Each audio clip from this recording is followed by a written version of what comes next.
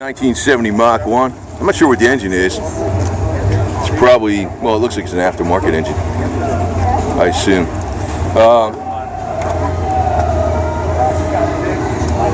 It's not a Cleveland. Probably 351 Windsor or something. Or Michigan, whatever. Nice wheels. Nice wheels. Red. You see the Mach 1 seats. A lot of people used to take these out, you know, if they found a wrecked Mach 1 in the junkyard. Back then it was not that hard to find them. You take the seats out of it, and here's this guy. The blower. Here's the blower. You take the seats out of the wrecked Mach 1. This is way back when. You know, today you never see that today. You put it in your Mustang. These seats are a lot nicer. And you got your short throw shifter.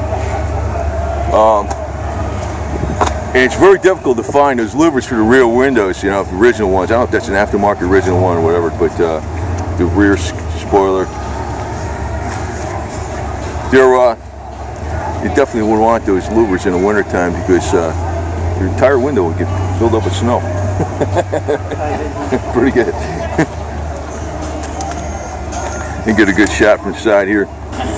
And get some on the interior. You'll see there's some aftermarket gauges in here. Nicely mounted.